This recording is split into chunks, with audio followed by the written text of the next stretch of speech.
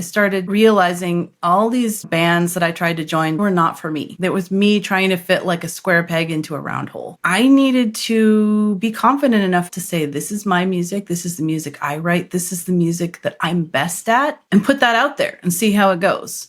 So I decided to form my own band. We started getting gigs, and then I started basically connecting with people at my church and saying, this is what I want to do. Do you have any connections that need performers?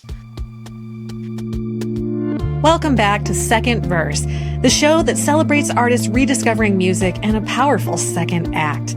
I'm your host, Becky Boyland, and today's guest is someone who embodies exactly what we're about here. Bree Noble was the director of finance at an opera company, but felt the tug to pursue her own music.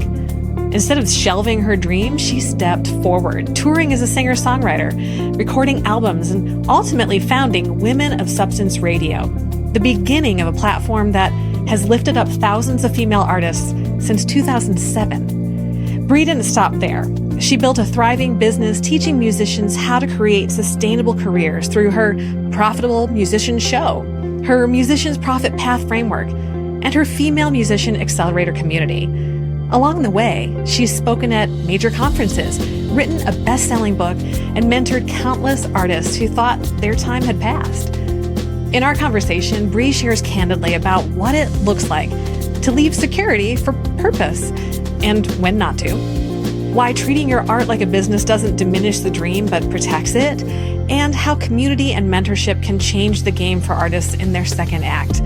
If you've ever felt the tension between responsibility and passion, this episode will speak right to you. Let's dive in to Bree's second verse. Welcome, Bree. Thank you so much for being on Second Verse. Oh, absolutely. I'm excited to be here. I'm so happy to get started into your story. And what I do with so many of my guests is just say, when did you first fall in love with music? I think it was probably when I was 3 or 4. I used to sing along with the radio and sing full blast in the grocery store and stuff. I was kind of known for that. I remember recording myself on a cassette tape for the first time and playing it back and thinking it was the coolest thing ever. So I would say 3 or 4 years old that I remember. Oh, that's amazing. So then as you got older, you got into music in high school and choirs. Talk about that journey. Yeah, I was in a lot of church musicals when I was younger, but there weren't any really good choirs in school until I got to high school. I was at a really great high school for choir. I ended up jumping into every choir that I could. I was in everything from beginner choir to madrigal choir, upper division women's choir, and eventually even a women's barbershop quartet, doing solo competitions and all that kind of stuff. It was really, really fun. It was a fertile time learning what kind of music I liked. As well as doing that, I was playing around on the side, learning how to play songs on the radio, on the piano and things like that, and figuring out that I actually had some kind of talent in that area. Thank God for my high school. It really helped me understand how much I loved music and how much it was a part of me. That's amazing because I didn't have that kind of experience, but I basically lived in the band room, even when we didn't have band. But I can't imagine having all those other ensembles. That would have been incredible to have. So then you took that on to college as well, right? I did. I wanted to go to college for music. I didn't really know what at that time. I was like, maybe production. I was always really fascinated by the soundboard and all that stuff. When I would be singing solos, I'd be like, it'd be so fun to be the one in charge of the microphones. I thought maybe that, but then I wasn't sure, if I knew I wanted to study voice, but I didn't really want to teach. I dabbled in that a little bit, just decided it wasn't for me. I really wanted to be a performer. So I went to a small school too, Westmont College, and it's a Christian school. So I wanted to be able to have really hands-on time with my teachers. And that's why I chose that, because it was small and I really got to know my professors really well. And the school had a performing ensemble, a small ensemble that went and basically was the front people for the college, performing at places and then being like, hey, check out our college. And so I got the opportunity to do that. This was a very odd group. We were both a band and an a cappella group. So everybody played instruments, but we also sang some songs a cappella. We did some Take 6, we did some Glad. If it would have been today, I'm sure would have done pentatonics and things like that. we just got the opportunity to perform everywhere because the college was sending us out and basically paying us to do it. So it was kind of like a job, but I also got to cut my teeth on performing and learning how to be on stage, learning how to introduce songs. And one thing I think it really helped me with is learning how to figure out what to do if things go wrong. If you perform enough, there are things that go wrong. And just figuring out how to not freak out, or if you're saying something and you say it wrong, figuring out how to fix it. And so I think that 4 years of that was such a good experience for me as a performer and even as a podcaster, knowing how to speak in front of people. I meet so many musicians that don't know that. And they're just like, and my next song is called blah, blah, blah, Yeah. Absolutely. I had one of those moments actually just this Sunday where something went wrong, and I'm a worship leader also. And I just stopped the tracks and said, Becky made a mistake. I started over. You kind of got it. I had one a few weeks ago. I was doing a funeral and my music fell off the stand and I was doing like a solo. I was playing the piano. I was singing a solo and it kept sliding and I was trying to fix it while I was playing. All of a sudden it was on the ground and I'm like, hold on a minute. And I picked it up. You just kind of got to go with it, It makes it so much more real. And we are people. We just have to shake it off and keep going. Yep. So then what's fascinating is you did do all of this study in music, but it doesn't sound like that was the next part of your career. Yeah, I got the practical bug going into my sophomore year. I thought, well, I'm not exactly sure what I'm going to do with this music degree because I knew at that point I didn't want to teach. I still dabbled a little bit, had to take vocal techniques, and I took some classes for conducting and things like that. And I was like, I'm just not really jiving with this. I want to perform, but what am I going to do after school? Like my school did not prepare us in any way in business. They just made us amazing musicians. And so I thought, well, let me just get a business degree. I like numbers. Why don't I try this accounting class? So I had to take it, I think, for general ed anyway. And so I chose that class because I thought, well, let me test this out. And I actually really loved it. I ended up loving accounting. I ended up getting a second degree in business, focused in accounting, ended up like becoming the accounting TA and, really leaning into that. And so after school, I moved. My husband and I got married. I moved to Southern California and I didn't know anyone. And I was like, I need to get a job. Like, I know it takes time to build up a career in music as far as like just networking and figuring out what's going to work for me down here and all that. And so, well, let me go get a job in accounting. And I was really glad that I had that at that point because it would have been much harder to just have to build a music career from scratch without anything else. Yeah. Because my husband was on a fellowship. He was in graduate school to get his doctorate in English literature. And so I kind of needed to make some money. So I was really glad that I had gotten that practical bug at that point. What is so great about that is so often the narrative is you have to go all in, you have to be willing to be poor, and you have to follow your dream. But there's so much wisdom, not only in having some other way to make money, but the choice that you made to go the business route, because that is exactly the problem so many of us run into when we decide to follow our music, but we don't realize that we're in business. I'm sure that comes up a ton when you talk to other artists. Yeah, it was pretty ironic because I didn't really think of it that way. I didn't think, oh, I'm getting this business degree and I'm getting this business experience so I can use it in my music. I was like, these are two separate things. Yeah. Which is crazy, right? Because I was a business major and it blows my mind that I didn't realize I needed this business acumen to be in a music career, but I was still thinking in the old school way, right? This is the 90s and then the 2000s. And I just was thinking I need to get the attention of these gatekeepers. I need to get a manager. I need to get a booking agent, a label, all that. Not, oh, I can go out and do this myself and be a business.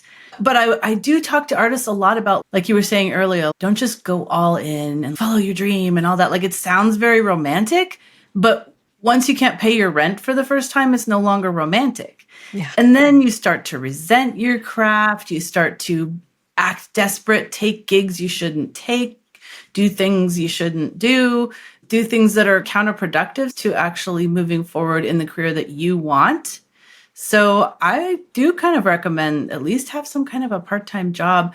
Take the pressure off of yourself to be able to make money in music up front. Because I remember interviewing people when I was managing, and you can smell desperation, right? So if you're trying to get a gig and like you need this gig in order to pay the rent, they're going to know. And you're just going to give off that ick feeling. Yeah, you're not going to seem like the person who's going to embody whatever it is Yes. that the job calls for. Yes. And so you were working in finance for an opera company, is that correct? Yeah, so I started in, basically the first job I could get, which ended up being working for a water filtration company. But it was really good. It got me experience working in an office and, just being that person, right? And being out of school and having a full-time job. But then eventually was like, I'm not really passionate about water filtration. So I was looking in the paper back when there were papers. And I found that the local opera company was looking for a director of finance. And I was like, oh, this is perfect for me, And so I did apply. I got an interview. Little did I know the reason they were looking for a director of finance is because the opera company had almost gone under. They were on the verge of bankruptcy, and like this big whale donor had come in and supported them through this time period, and he had taken over the company, and he had to get rid of almost all the employees. But now they had stabilized and they needed a new director of finance. I was coming into a situation that was pretty tenuous, but it was a place I really wanted to work, So I was really excited about it. There was obviously room for growth, and I really responded to the man who had taken over. He was the new executive director. He was literally working for $1. And, because he loved opera, he wanted to save it. And so I ended up really getting along well with him and got that job. And I'm just so glad. It's funny because I was going to probably go get a degree, like a master's degree, an MBA in arts management. And that's the kind of job I would have wanted. So I ended up being able to get this job without having an MBA. Now, I don't know, just because the opera company was in such dire straits at that time, I might have lucked out. Like I didn't need an MBA to get that job. And I had only had 3.5 years of experience. But, everything really aligned. Like it was a total God thing, in my opinion, that it all worked out that way. And I got the opportunity to work as a director of finance at the opera. That's so amazing. And sometimes those passion projects, even when we're headed toward music later, can still pop up in the middle and be an adjacent field, so to speak. Yeah, no, it was great because I got the experience to be around a lot of artists and work in the arts, but I didn't have the pressure of being one of the artists. And that was great for a while. But then eventually, so I got to go to all these fancy balls, and I got to, sit in the front row for all the shows and everything. But eventually it was like, well, I'm here cutting these paychecks for all these artists that are pursuing their dream. And while I don't want to be an opera singer, I want to be doing that, So the whole time I was kind of trying to figure out what my focus was, where I fit in music. Was I a Christian artist? Was I an acoustic artist? Was I a singer-songwriter? Did I sing musicals and classical music? I could kind of do all things. And so the whole time I was joining all these bands, trying to figure out what my place was. And, all of them were okay, but they never really worked out. I just really wanted to pursue my art, but I was stuck in this position where I was writing all these paychecks to other people who were doing what I wanted to do in a way. Oh, that's amazing. And so what was a catalyst to step out and follow that dream?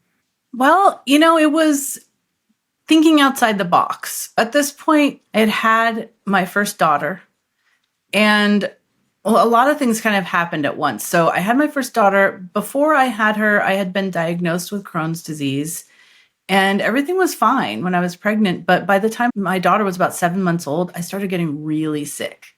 So I was trying to work this job at the opera. I had her in childcare like 2 days a week. So I was working part from home, part from work, and running the department, all that stuff.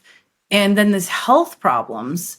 And so it all kind of came to a head, and the job was stressful. Like, it was a very much a feast or famine type of job. When we were selling season tickets, we were flush with money. And then in the summer, we could barely make payroll. So it was stressful. Yeah. And that was not helping with the Crohn's disease either. So after being in the hospital and just being really sick and weak and still trying to take care of my daughter and everything, I was like, I've got to figure out a way out of this. I need to at least move to some kind of part-time job because this is just too stressful and my daughter's not getting the best care and everything. And so I happened to walk down the street. I lived in Orange at the time, in Orange County. I walked down the street because there was an open house, and I was always like, I was always curious what the other houses in the neighborhood look like. Do they look like mine? So I go in, I'm looking around, and I'm talking to the realtors, and I'm like, how much are they offering this for? And the price they gave me blew my mind. It was like double what I paid just 3 years ago, right? And so I'm like, wait a minute. I think that we could orchestrate an exit by selling our house here. My husband also happened to work 45 minutes away, and he was commuting. So I'm like, why don't we just move up to where his job is? We could get and sell this house and take all the profits, use that to support me as I'm not having a full-time job anymore. It was thinking outside the box, not being stuck in like, well, this is how things are, or, sometimes you just get into this like rut, right? Yeah. And you're not thinking like, I could do something entirely different. I could move away from here. I could ditch this job and my life will be totally different. And it could be done with the right moves. And so that's what I did. It took a little maneuvering because the market was funky and it was hard to get a house where we were moving, and we ended up having to live in a hotel for a few months and, all that stuff. But we ended up being able to sell the house for twice what we bought it for and have that nest egg. Wow. That's amazing. So then did you just step right into a music project, or did you take some time? And about what time was this? My daughter was 1, so this was about 2004. I was still dealing with my health issues. And so I was staying home with her. I ended up orchestrating a part-time job when I left because the person I hired was like, hey, I don't want to do this parts of the job. Do you want to keep doing it? And I'm like, sure, I already know how. So it was like the early days of where you could dial into a computer and do work from home. So that was really great. I worked about 8 hours a week. By the time my daughter was 2, she was in preschool twice a week. So I could do my work then. And I was working on the music career, right? Like, I had to reestablish myself. I was in a new place again. I was in a whole different county. I had to make new connections and find a new church and all those things. But once I did that, I started figuring it out. I started realizing all these bands that I tried to join back in Orange County, they were not for me. That was me trying to fit like a square peg into a round hole. I needed to be confident enough to say, this is my music. This is the music I write. This is the music that I'm best at, and put that out there and see how it goes. So I decided to form my own band. We started getting gigs and stuff. We'd play at my church. And then I started connecting with people at my church and saying, this is what I want to do. Do you have any connections? Do you know anyone at nonprofits? Do you know anyone at corporate places that need performers? And it turns out they did. They were pretty well connected. So I just started building from there. I recorded my first album and did the release party at my church, which was really cool. I had the opportunity to sing the national anthem at Dodger Stadium, which was really exciting, all because of something that happened through my church. And so, I just really utilized the connections that I had made to build something. But the two biggest things were I became confident enough to go out there on my own and do my thing instead of trying to fit myself into someone else's thing. And I think part of that was being old enough to be like, hey, I don't want to be famous. I just want to do music, Yeah. And it doesn't have to look fancy. It doesn't have to, I don't have to get a ton of ears, just enough for me to have a career. And then the second thing was that I figured out, like I mentioned earlier, that I had the business skills to do this. And I just needed to think about myself as a small business instead of trying to think about who can I connect with and should I go to the taxi conference and try to meet people. And, I did all that. and it didn't really go anywhere. So I thought, let me think about this as if I was starting a coffee shop or a cookie making business or something like that. That's just a regular old small business. How would I build it? And that's the approach I took. And that was the most successful thing that I did.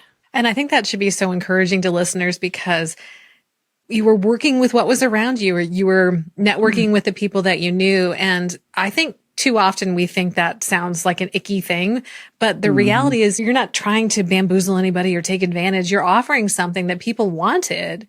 These were blessings all around to be able to work together and just to know who you had in your orbit and how this could grow into something even greater.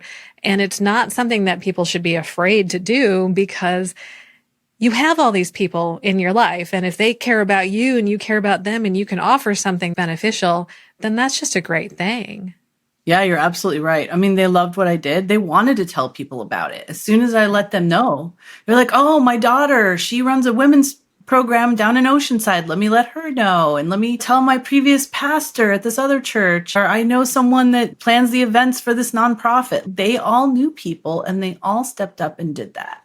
And of course, I was building an email list too. So that helped because it was putting myself in front of them enough to remind them what I was doing. And I also built a network up where I used to live up in Modesto and reached out to a lot of churches around there that have known me. Maybe they'd seen me in the paper when I did something, or they knew my mom, or, and I think a lot of times musicians are like, it's not a legitimate career unless I can get people that have never heard me and don't know me to like my music.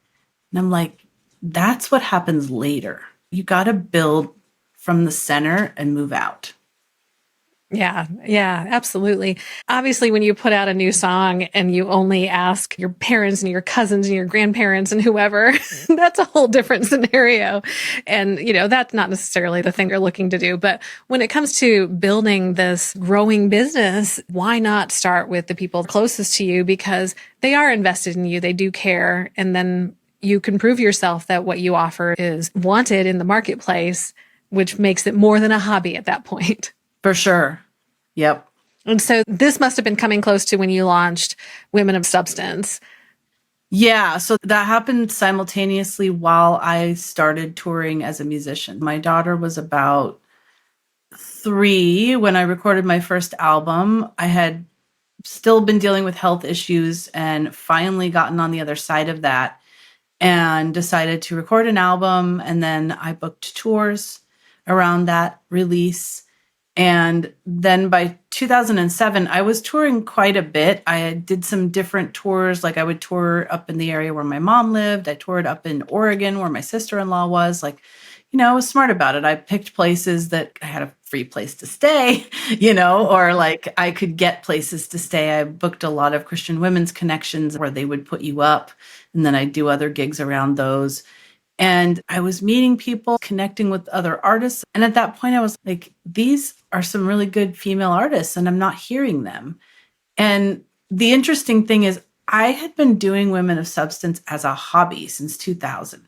There was such a thing as online radio back then, and you could build your own radio station. And I'm like, this is so cool. So I'm like, this is even before like iPods and stuff. I'm like, right. I have all these independent artists that I've met on mp3.com because I used to put my music up there. I love their music. I'm never going to hear it on the radio, but I want to listen to it at work. So I created this online radio station and I just called it Women of Substance. This is what I want, right? I want women who have substantive music. It was just kind of a random name that I threw out there and put it up. It was just for me. I'd listen to it at work.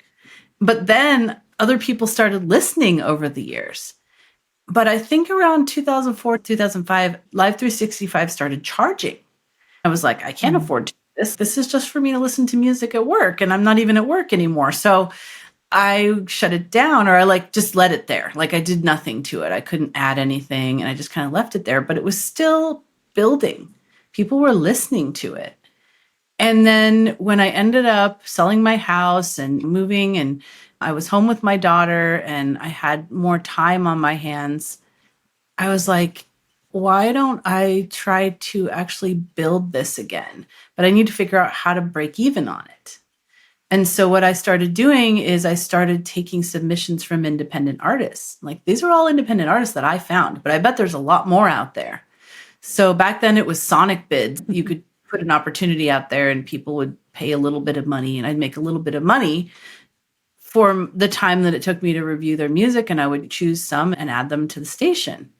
And so I just kind of was like building it in the background, and it was breaking even. And then in 2009, I had working with the opera as well, like I said, about 8 hours a week, and 2008 recession finally killed it.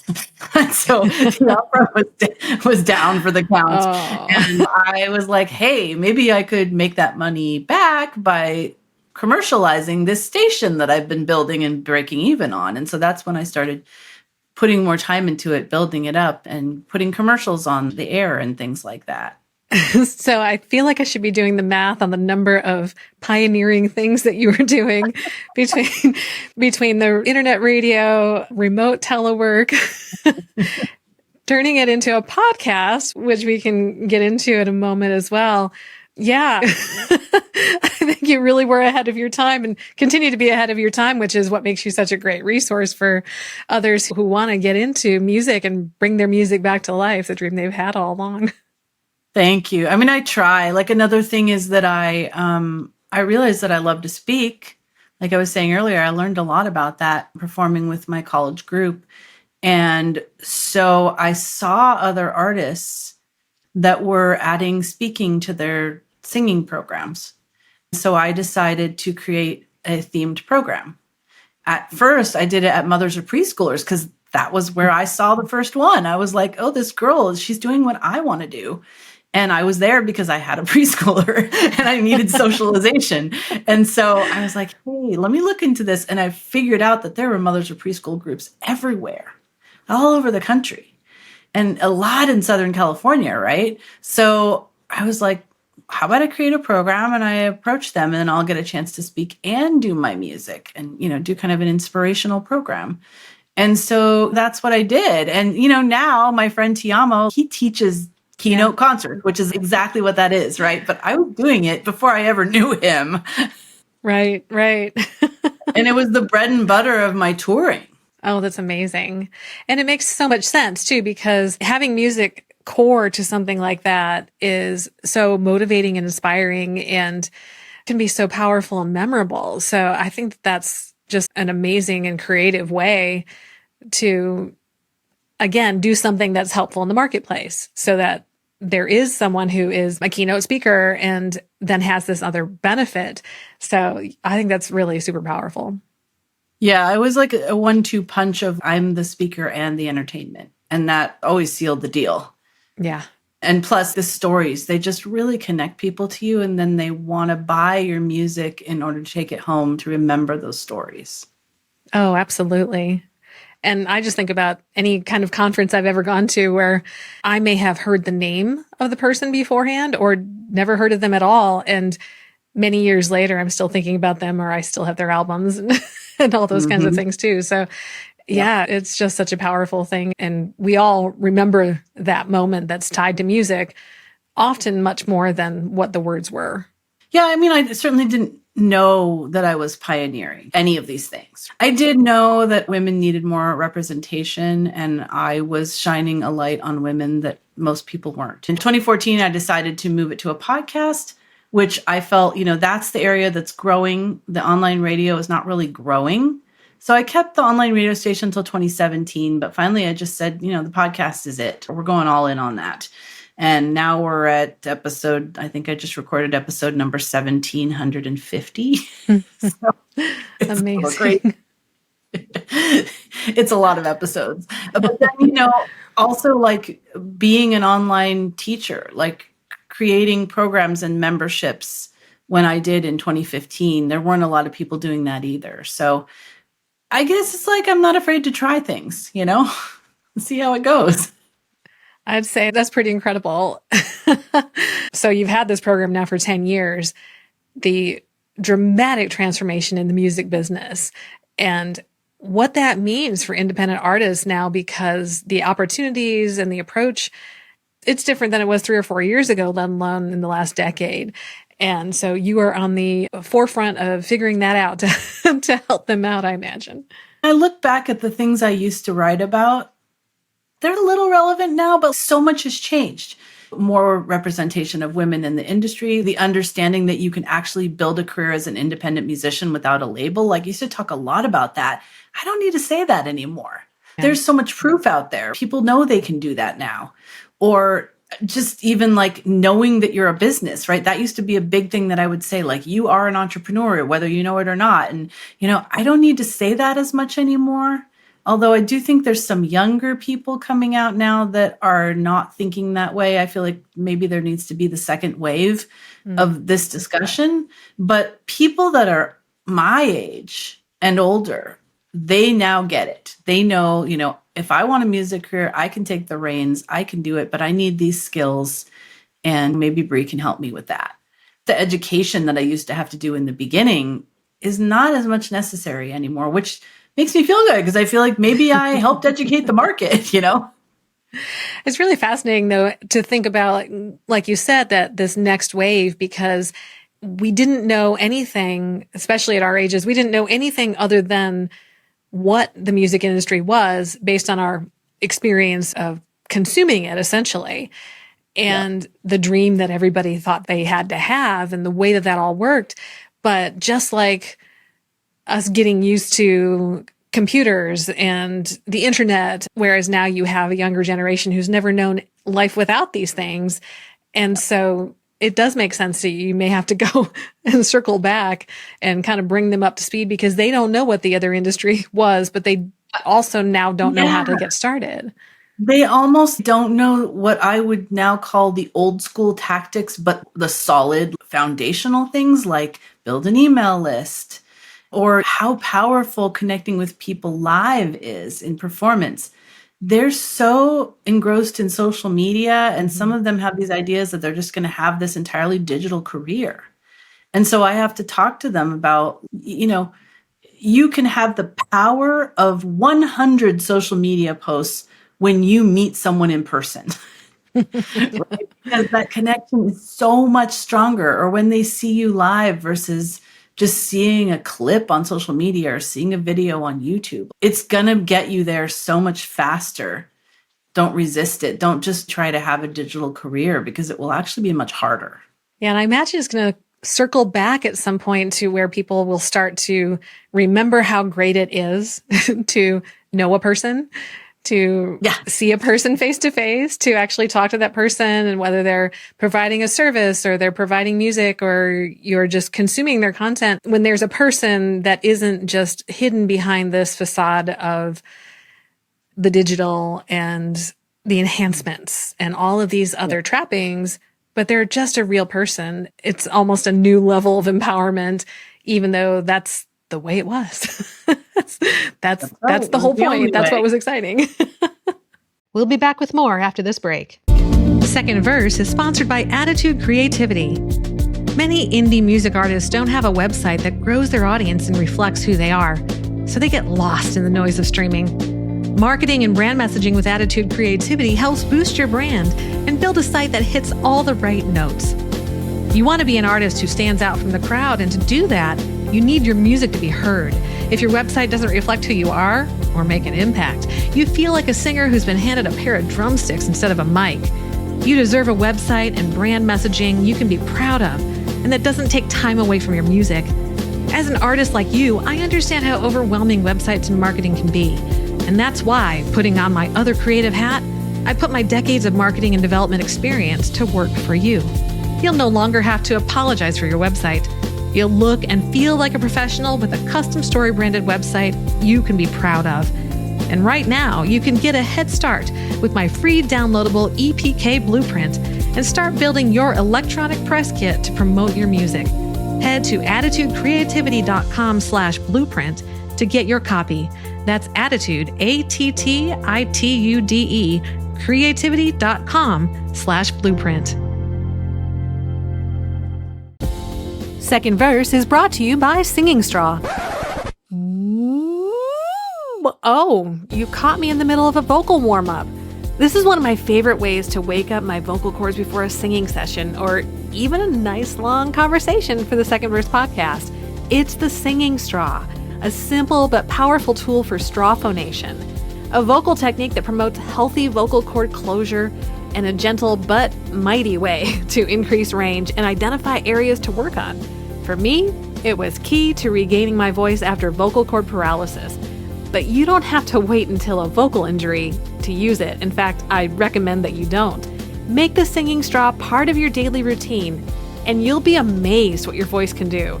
Check it out at secondversepod.com/singing straw.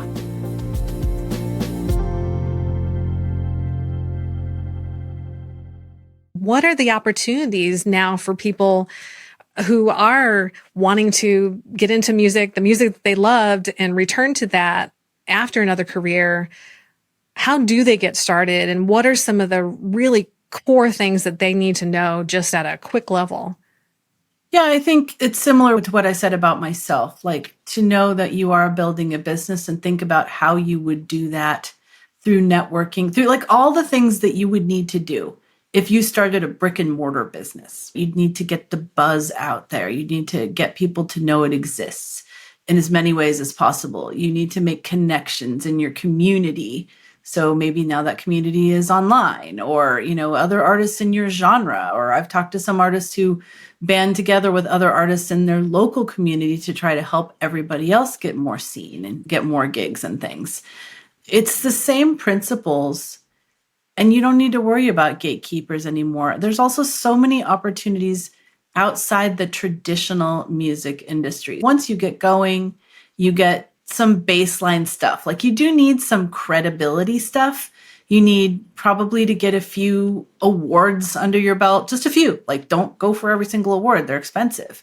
But get a few songwriting awards, get a few artist awards you can put into your bio, and then you're good. It shows that you are an artist that people should pay attention to. Get your social media up and running and have something up there. Get as many friends as you can to like it and show some social proof. I'm not saying you need thousands of people. You don't. And in today's world, a lot of them are just algorithm built anyway, where they're going to show the stuff to the people, not even necessarily that follow you, right? But you need to still have kind of that social proof of a few numbers up there. But beyond that, you don't need to operate inside the traditional music industry anymore. You can be your own booking agent. You can, and there's so many resources out there in order to learn how to do that. You can go do things outside the music industry like I did, be a keynote speaker. That's not the music industry. That's the event industry or conference industry, right? I just did a conference recently where they flew me out there and I did one talk with music included. And I got to be there for 3 days. I got to stay in a hotel. I made like one other appearance where I did a few songs and that was it. And I got to bring someone with me, So there's a lot of opportunities outside of the traditional music industry. And I think they're so much easier to navigate. There's also like the music licensing industry. And what I love about that is I'm not saying it's easy. It's not, there's a lot of competition. Right. But you don't have to look a certain way. You can be in your 50s, even in your 60s, creating music for licensing and get your music out there and be heard without having to be some video-ready artist. Right, right. That's fascinating. I've talked to a lot of artists who decided to make that leap into music during the pandemic. That was a catalyst for a lot of things to change.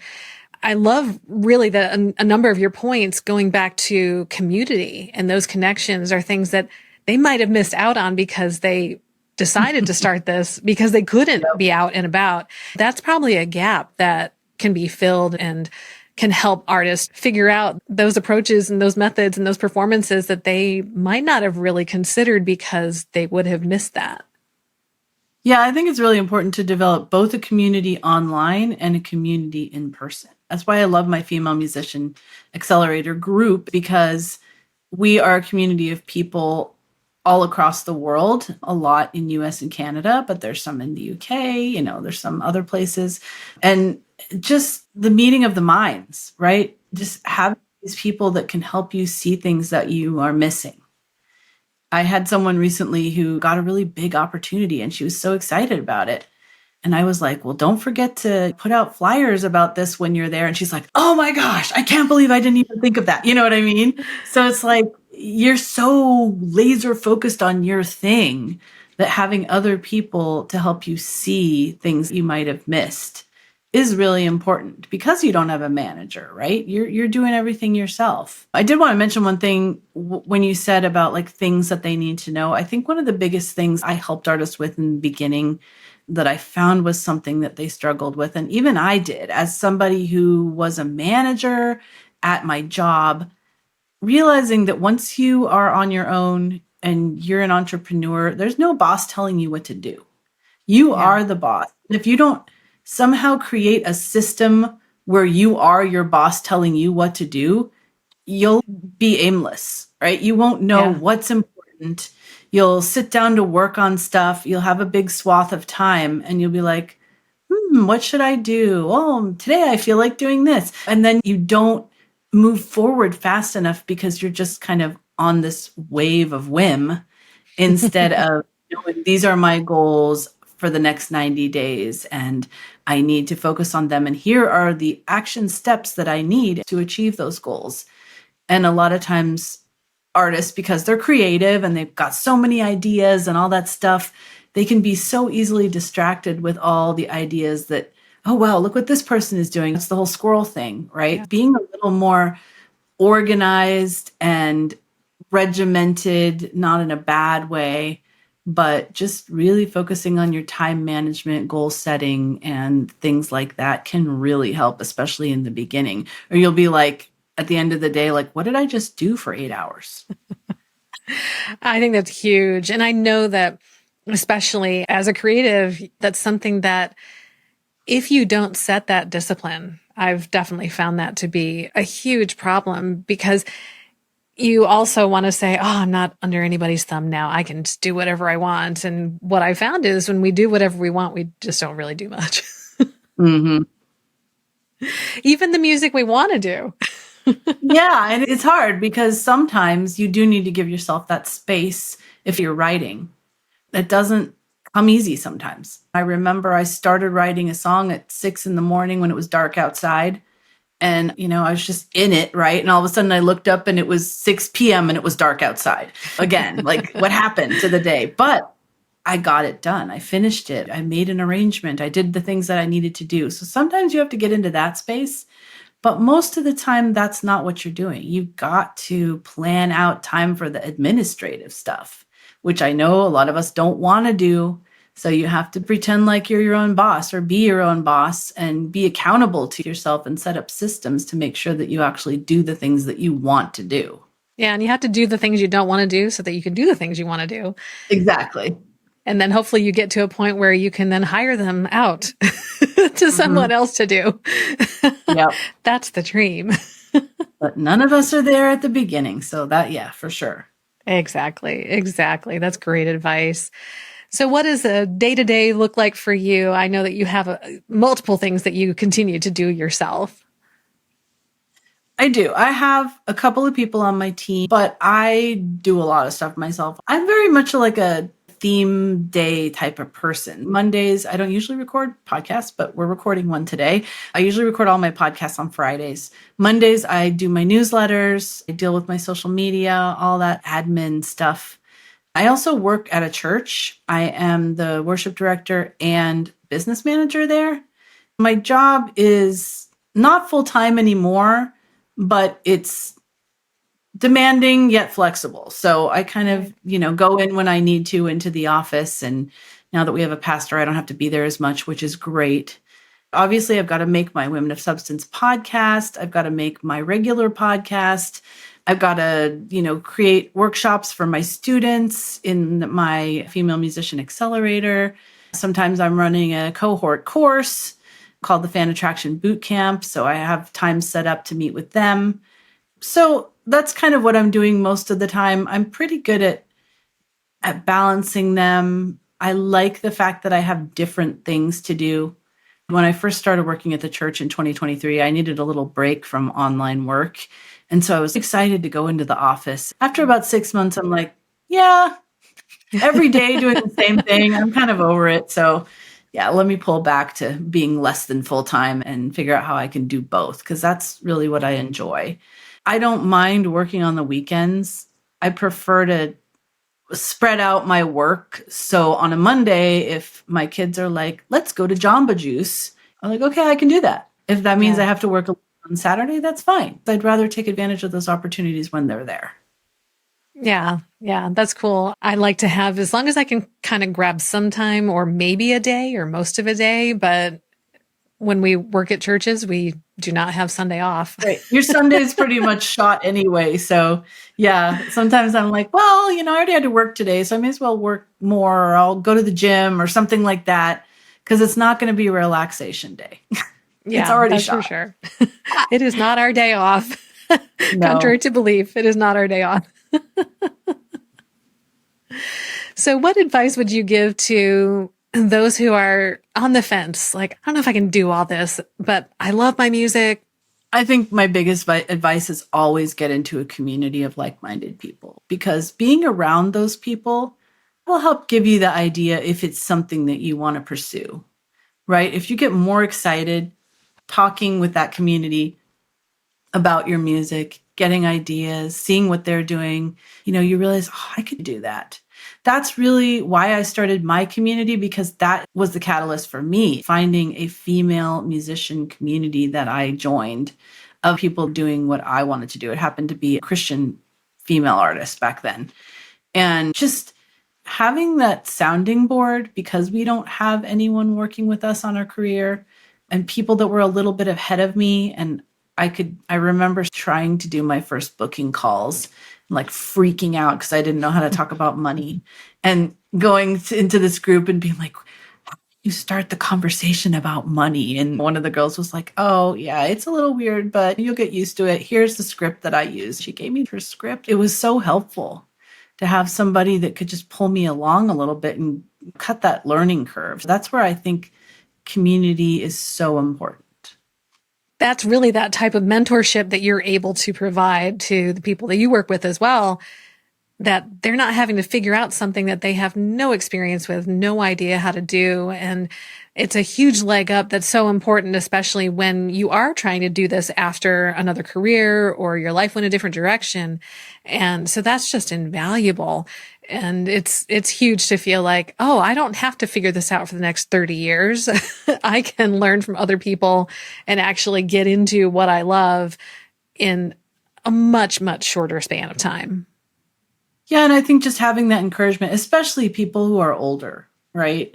When I first started the Female Musician Accelerator, I did attract people that were 50 and above, even though I was in my 40s. I'm not sure why, maybe because I was like a second career kind of person in music and they really resonated with that.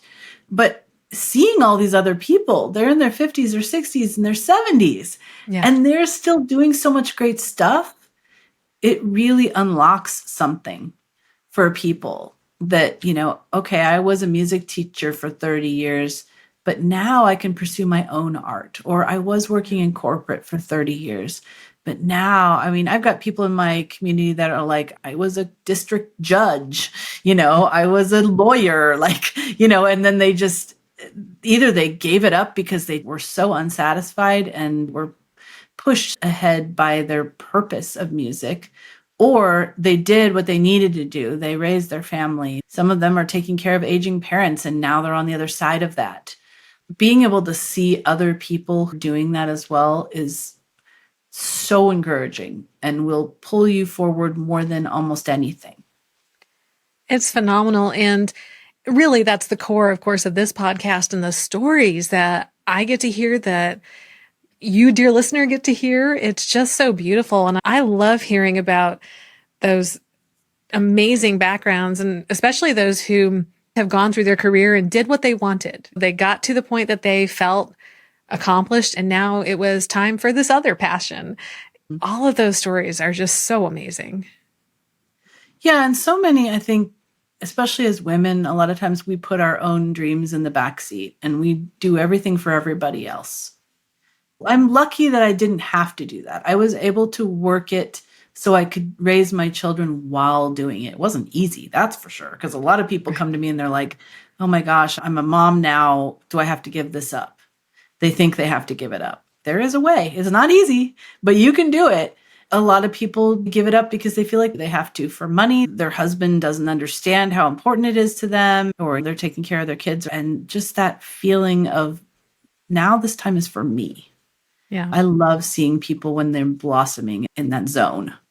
And so often the people that are in their orbit benefit because they are fulfilled and it's a tangible difference in their lives. I think that's just so important.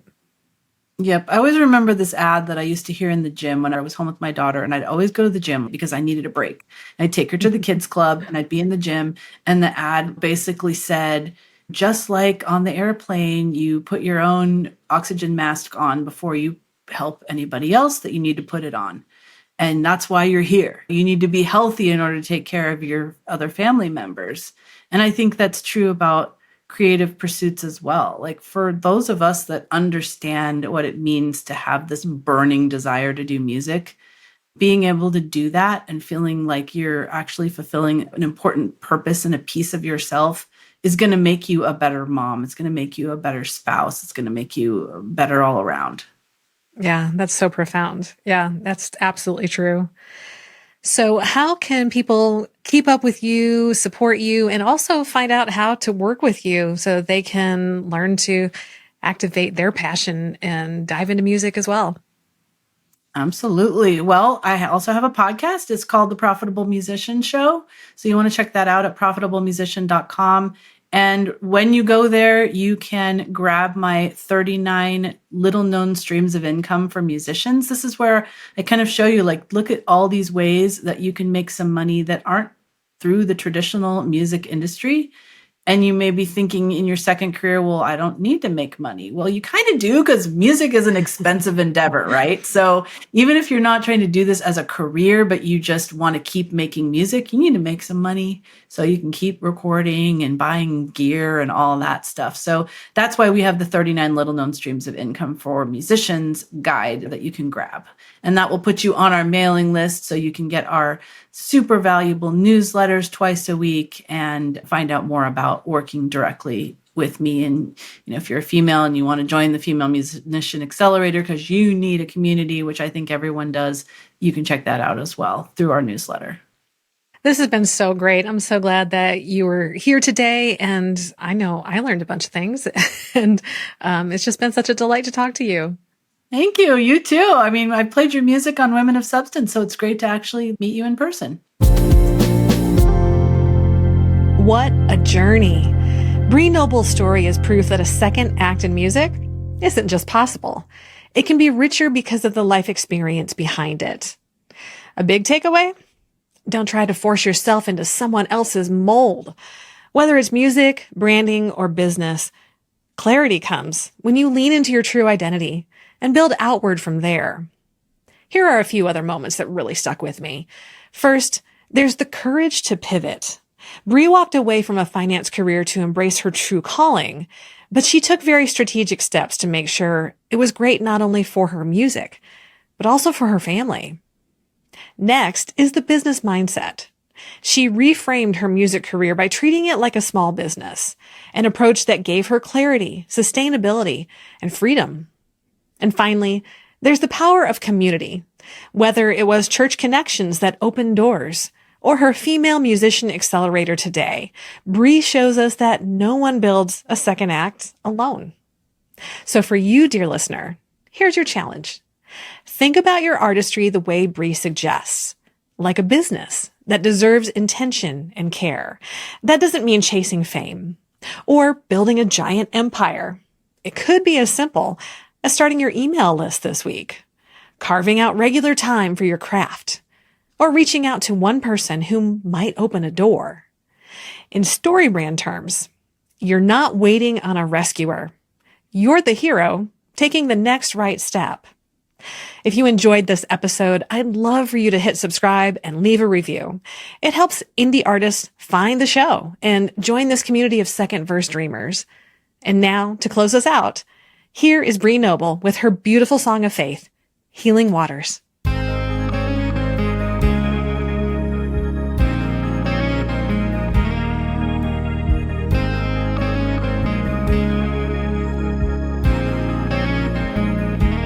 Why can't I get out of bed this morning? These flimsy sheets seem to weigh a ton. I try to move, but I'm paralyzed by something buried deep in my own deceit about the person I've become. I cry out loud for the strength to face my demons. Oh Lord, my God, you know what's ailing me. I try to hide, but inside my soul is screaming. Lord, deliver me, baptize me, set me free, and wash away all the layers of dust that have settled over me. Wash away all the secret thoughts I don't want you to see. Wash away the complacency until I'm overcome by the healing waters of your grace.